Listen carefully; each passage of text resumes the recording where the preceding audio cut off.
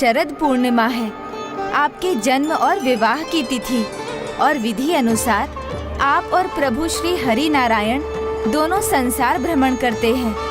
संसार पर आपके आशीष की वर्षा होती है और इस पर्व पर चंद्रदेव भी अमृत वर्षा करने के लिए सदा तत्पर रहते हैं। मुझे स्मरण कराने के लिए आपको कोटि कोटि धन्यवाद प्रभु, अन्यथा मेरी ममता के उफान में, संतान की लालसा में शेष सब कुछ धुंधला हो जाता। मैं अन्य सब कुछ भूल जाती। आपकी ममता से ओतप्रोत आपका आशीर्वाद आज उन्हें भी मिलेगा जो उससे वंचित रहे हैं। वो सभी धन्य हो जाएंगे, उनके कष्ट दूर हो जाएंगे, उनमें नए प्राण आ जाएंगे।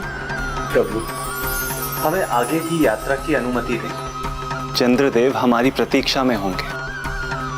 उचित है प्रभु नारायण। और हाँ माता, आपकी प्रतीक्षा भी अब शीघ्र समाप्त होगी।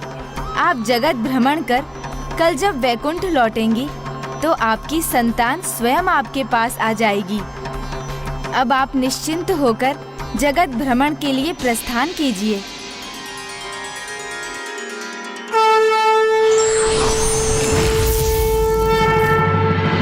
आइए प्रिय, शरद पूर्णिमा की इस कोजागरी रात्रि में रात्रि जागरण कर भजन कीर्तन करने वाले सभी भक्त हमारी संतानें ही तो हैं। उन्हें भी हमारे आशीर्वाद पाने का अवसर मिलना चाहिए। पुत्र गणेश, पुत्र गणेश,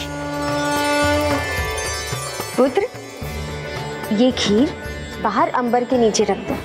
जो आज्ञा माता।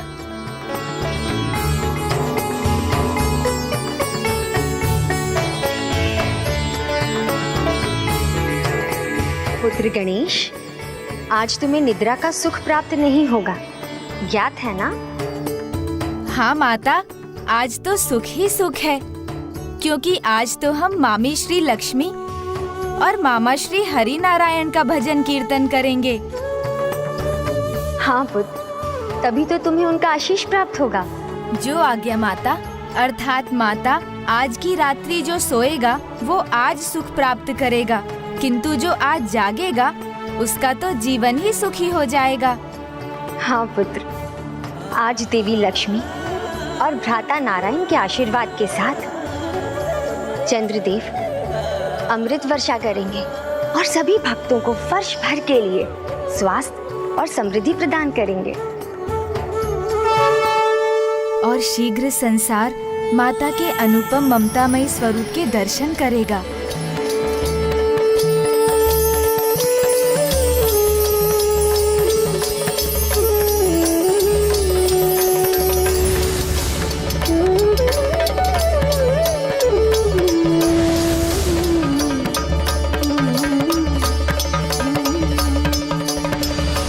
शीघ्र मेरे मातृत्व को भी पूर्ण सुख मिलेगा। अब तो एक पल भी प्रतीक्षा करना सहन नहीं हो रहा है।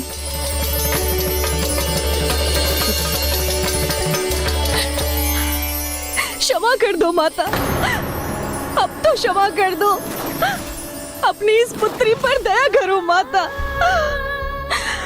मेरा आंचल पुनः सूना मत करो माता। मेरे साथ फिर ऐसा क्यों हो रहा है? मैं ये कष्ट कैसे सहूंगी माता? मेरा कष्ट दूर कर दो माता। जबकि मैंने अपनी भूल सुधार ली है माता, फिर यह सहनीय पीड़ा क्यों सहनी पड़ रही है मुझे माता? क्षमा कर दो माता, क्षमा कर दो। अब तो मुझे क्षमा कर दो। मेरा आंचल फिर से सूना मत करो माता।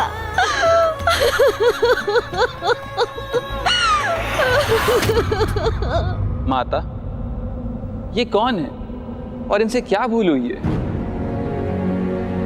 ये इस नगर के बड़े साहूकार और मेरे भक्त की 2 पुत्रियों में से एक है। जब दोनों पिता के साथ थी तब पिता ने आनंद से भरकर एक आग्रह किया आज का दिन एक पिता के लिए बड़े ही आनंद का दिन है। शरद पूर्णिमा के इस पावन पर्व पर मेरी दोनों बेटियां आज मेरे साथ अपने मायके में हैं। आज मैं नियत कर सकता हूं कि मेरी बड़ी पुत्री के साथ छोटी पुत्री भी व्रत करेगी। क्यों पिताजी, अब मायके में भी व्रत करना होगा? ऐसा क्या होगा इससे? माता लक्ष्मी और चंद्रदेव की कृपा प्राप्त होगी पुत्री। तुम्हारे माता पिता, तुम दोनों, तुम्हारी आने वाली संतानें सुरक्षित और स्वस्थ रहेंगी। विधि विधान से व्रत रखना पुत्री, और चंद्रदेव के दर्शन के पहले व्रत न तोड़ना, एक दाना भी मुख में मत रखना।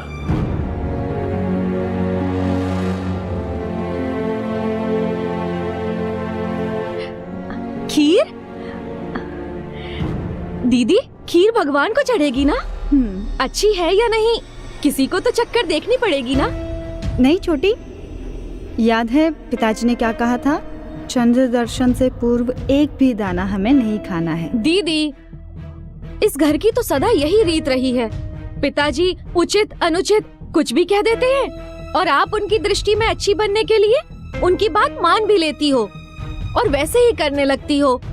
कष्ट मुझे होता है जब मुझे वो बात माननी पड़ती है ताकि मैं बुरी ना दिखूं। नहीं छोटी, पिताजी की आज्ञा का पालन करना तो हमारा कर्तव्य है, और भक्ति भाव से पूजा करने को कहकर उन्होंने कोई अनुचित आदेश भी तो नहीं दिया है। पूजा तक तो ठीक था, लेकिन व्रत बिना भोजन खाए कोई कैसे रह सकता है? मैं तो नहीं रह सकती, और वो भी जब इतने मिष्ठान सामने हो। बस छोटी, कुछ ही देर की तो और बात है, थोड़ा धीरज रखो। अब चंद्र दर्शन में समय ही कितना है? चलो हम दोनों पूजा की तैयारी करते हैं। चलो।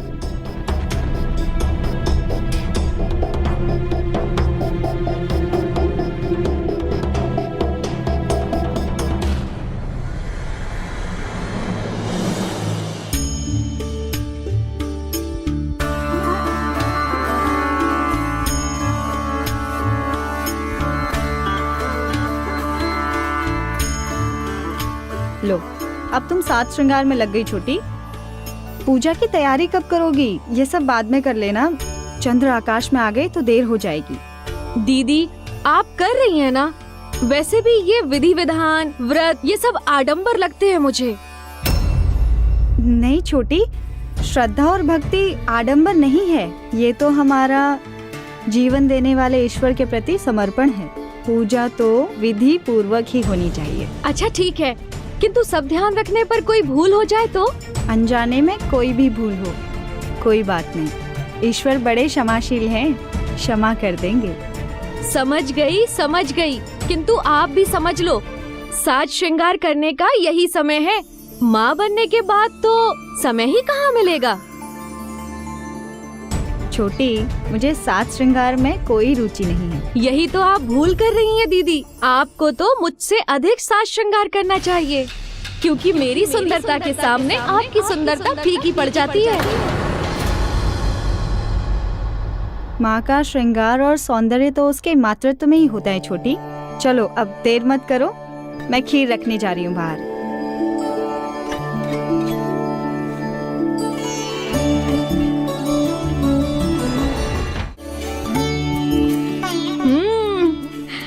अब उचित है।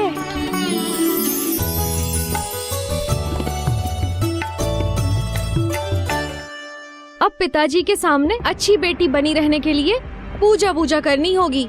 चलो कोई बात नहीं, पूजा कर लक्ष्मी जी से बहुत सारा धन मांग लूंगी, फिर मन भरकर मिष्ठानों की पेट पूजा करूंगी और फिर भिन्न भिन्न प्रकार के श्रृंगार का सामान लाऊंगी।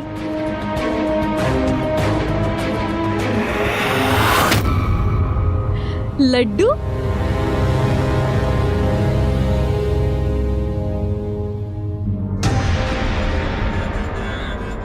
एक लड्डू खा लूंगी तो क्या होगा उससे?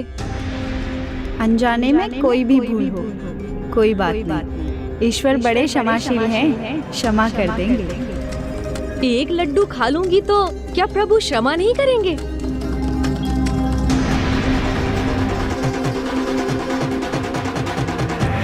छोटी, ये क्या किया? कैसा अनर्थ कर दिया तुमने? दीदी, आप ही ने तो कहा था कि छोटी भूल तो प्रभु क्षमा कर देते हैं। अनजाने में हुई भूल, जानकर की गई भूल नहीं।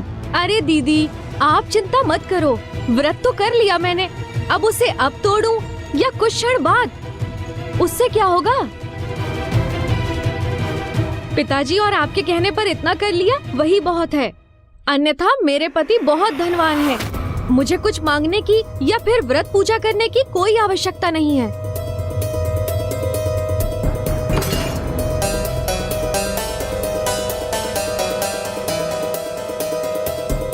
क्या होगा ये तो पता नहीं, पर मैं अवश्य माता लक्ष्मी को मनाऊंगी कि वो तुम्हें क्षमा कर दे। तुम्हारा भाग्य तुम्हारे साथ रहे, कुछ बुरा ना हो। बड़ी ने हृदय से प्रार्थना तो की, किंतु तब भी छोटी का भाग्य नहीं बदल सकी। जहाँ एक और बड़ी ने स्वस्थ बालक को जन्म दिया, वहीं दूसरी ओर छोटी के जीवन में एक दुखद घटना हो गई।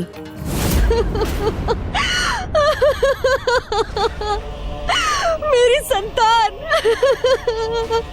ईश्वर, आपने मुझसे मेरी संतान क्यों छीन ली? जो उचित दिशा ज्ञात होने पर भी अंधकार के अनुचित मार्ग पर चली, उससे तो उसके भाग्य को रूठना ही था।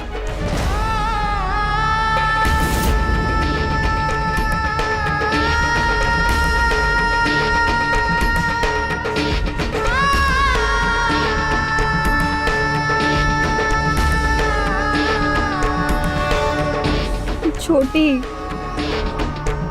जो होना सो हो गया, अब उसको लेकर दुख करने से क्या लाभ? उसको लेकर इतना मत सोचो, दुखी नहीं रहते मेरी बहन। ईश्वर की कृपा तुम पर भी अवश्य होगी।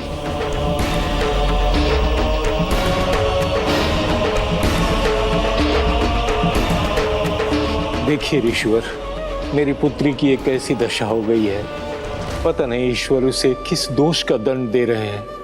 कारण स्पष्ट है।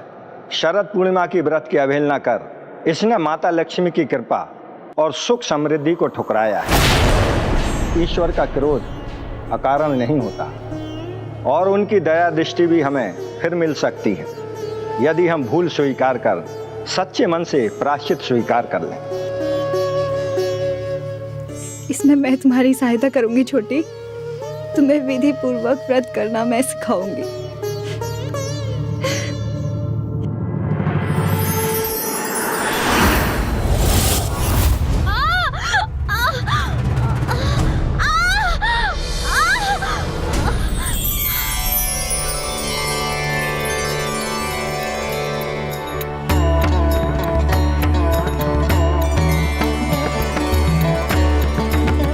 पुत्र, पुत्र,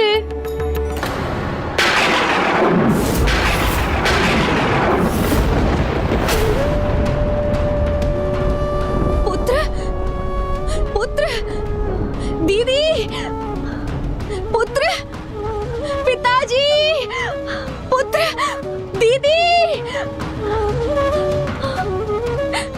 देखिए ना क्या हुआ मेरे पुत्र को, ये श्वास नहीं ले रहा है।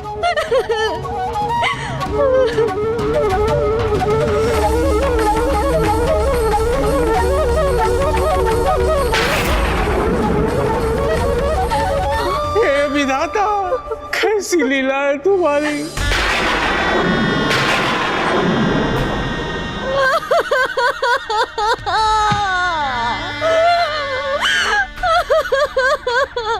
मेरा दुर्भाग्य मेरा पीछा क्यों कर रहा है पिताजी?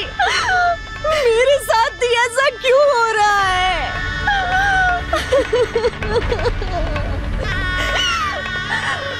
इस बार मैंने कोई भूल नहीं की, पूरे भक्ति भाव से, पूरे विधि विधान से व्रत किया, फिर मुझे ये दंड क्यों मिल रहा है पिताजी? दीदी, मुझसे तो भूल हुई, किंतु आपने तो सदा हृदय से भक्ति की ना माता की। आप भी पूछिए माता लक्ष्मी से, वो आपकी बहन को, इस माँ को क्षमा क्यों नहीं कर रही है?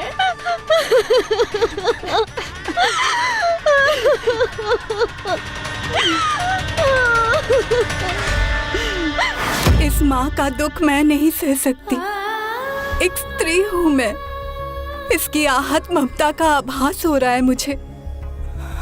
आपकी ममता से ओतप्रोत आपका आशीर्वाद आज उन्हें भी मिलेगा जो उससे वंचित रहे हैं। वो सभी धन्य हो जाएंगे, उनके कष्ट दूर हो जाएंगे, उनमें नए प्राण आ जाएंगे। प्रायश्चित पूर्ण होने पर कोई भी दंड का भागी नहीं रहता। अब मैं इस माँ की आंखों में आंसू नहीं देख सकती, इसकी गोद सुनी नहीं देख सकती।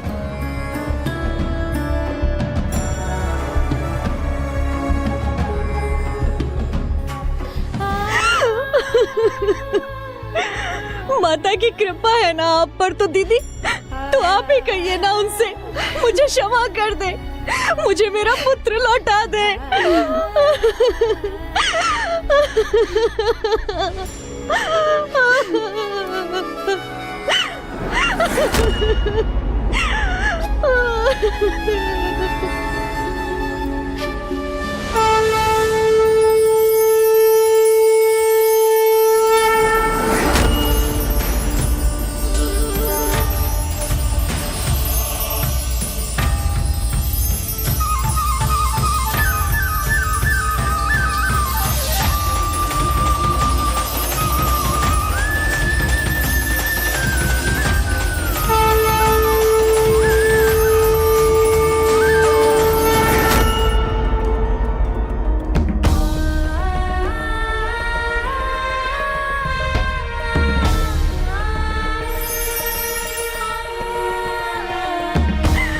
मेरे पुत्र को स्वस्थ करने के लिए कहिए ना आप माता जी से। दीदी दीदी कुछ कीजिए ना, आप कुछ तो कीजिए।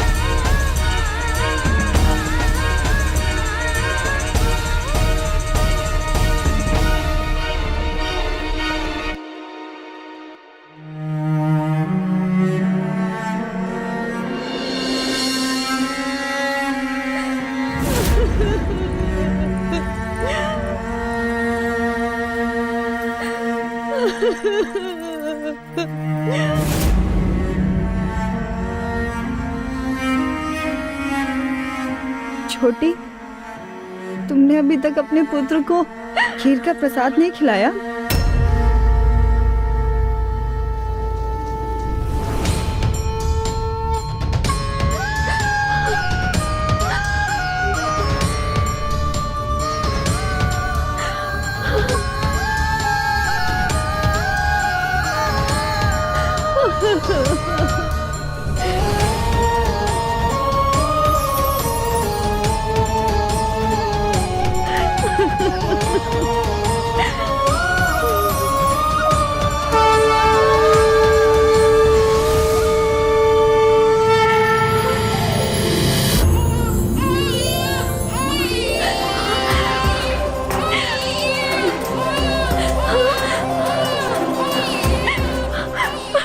मेरा पुत्र,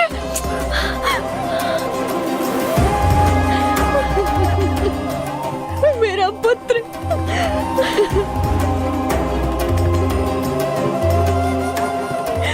मेरा पुत्र जीवित है, मेरा पुत्र जीवित है।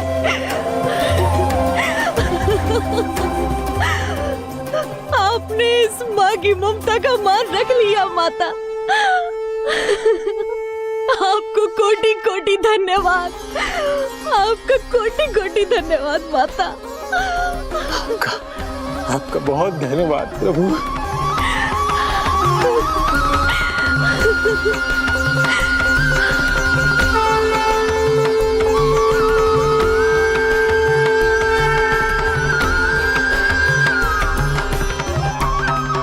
स्वामी, इस माँ की ममता ने मुझे भाव विभोर कर दिया।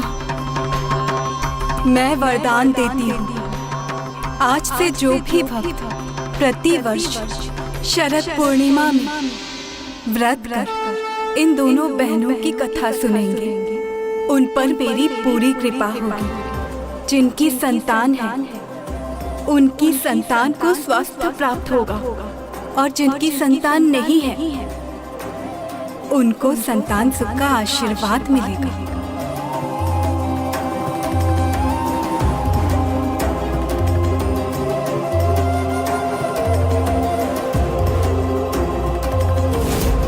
चलिए गरुड़ जी।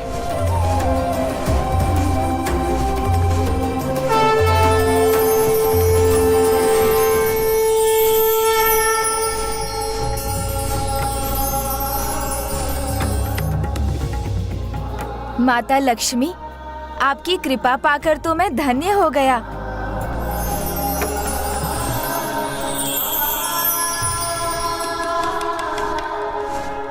क्या हुआ प्रिय? माँ, किसी ने मुझे माँ पुकारा। प्रभु मयूरेश्वर ने जो भी कहा वो सत्य ही होगा।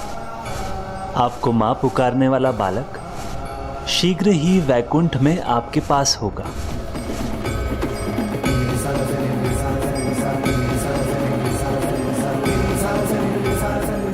वाह वाह, ये खीर तो अब और भी स्वादिष्ट हो गई।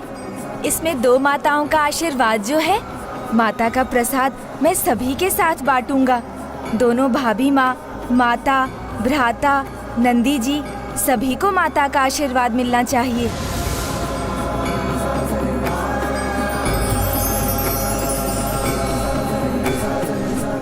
स्वामी, अब भोर हो रही है, हमें शीघ्र वैकुंठ पहुंचना चाहिए।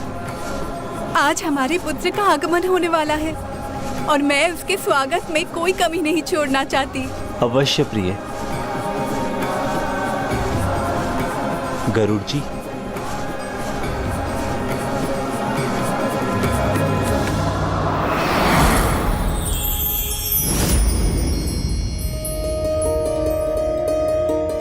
ओहो, कितना कुछ करना है मुझे, कोई कमी ना रह जाए।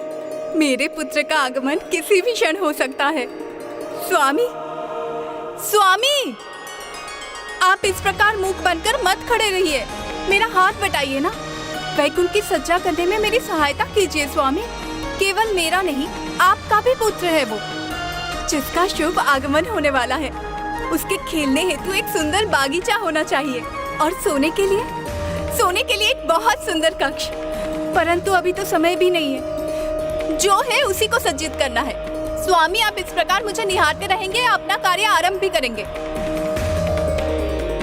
कार्य शुरू कीजिए ना।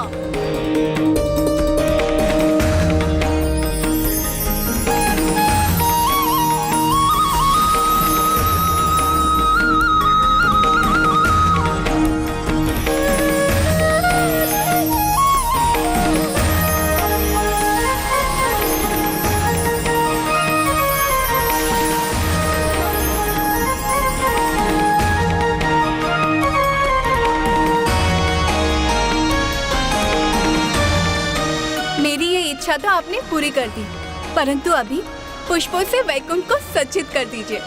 उसके खिलौने, उसके वस्त्र, उसके भोजन, इन सभी की व्यवस्था मैं कर लूंगी।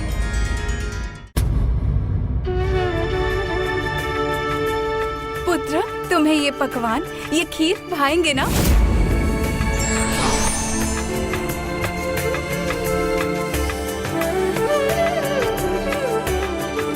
स्वामी, स्वामी, स्वामी, प्रतीक्षा में व्याकुल मेरे लिए एक पल भी काटना कठिन हो रहा है। और आप है कि योग निद्रा का आनंद ले रहे हैं। आपने मुझे वैकुंठ की सज्जा करने का कार्य सौंपा, वो मैंने किया, तो अब तो हम प्रतीक्षा ही कर सकते हैं। किंतु कैसे स्वामी, मेरे लिए तो बहुत कठिन हो रहा है। एक बार फिर देख लीजिए, सब ठीक तो है ना? उचित कहा आपने स्वामी, कोई कमी नहीं छूटनी चाहिए। मैं आती हूँ।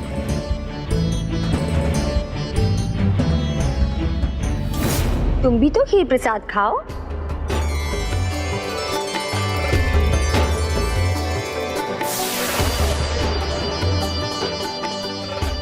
हा, आनंद आ गया। माता, आज तो खीर का स्वाद दुगना हो गया। हाँ पुत्र, इसमें दोनों माँओं का योगदान जो है, मेरा प्रेम भी है और देवी लक्ष्मी का आशीर्वाद भी। गणेश के मुख पर इस मुस्कुराहट का क्या अर्थ है?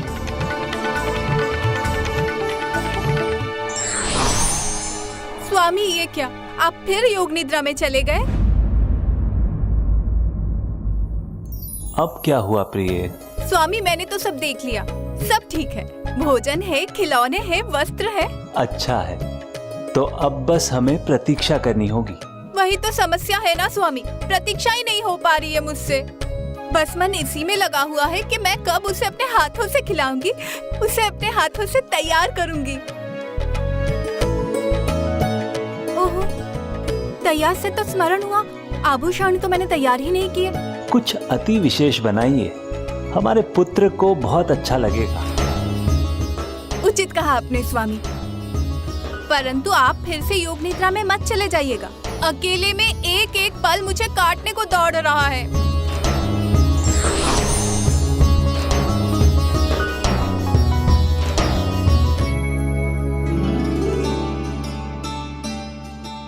स्वामी ने उचित कहा, मुझे कुछ अति विशेष बनाना चाहिए उसके लिए। मैं पुत्र के लिए स्वर्ण के कंगन बनाऊंगी।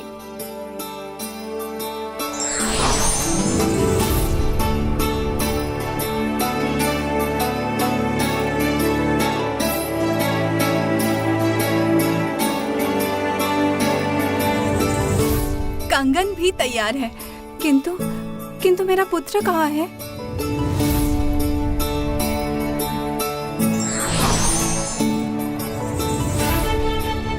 प्रिय, मैं योग निद्रा में नहीं गया। प्रभु, आप परिहास कर रहे हैं मेरे साथ। यहाँ मैं कितनी व्याकुल हूँ उसका अनुमान भी नहीं आपको।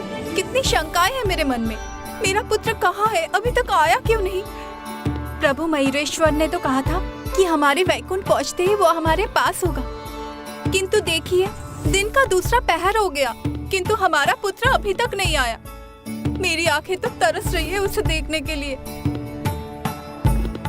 मामी, मामी,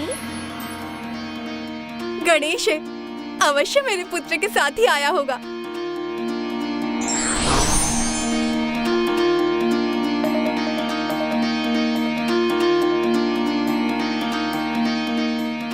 गणेश तो अकेला है, इसके साथ तो कोई नहीं।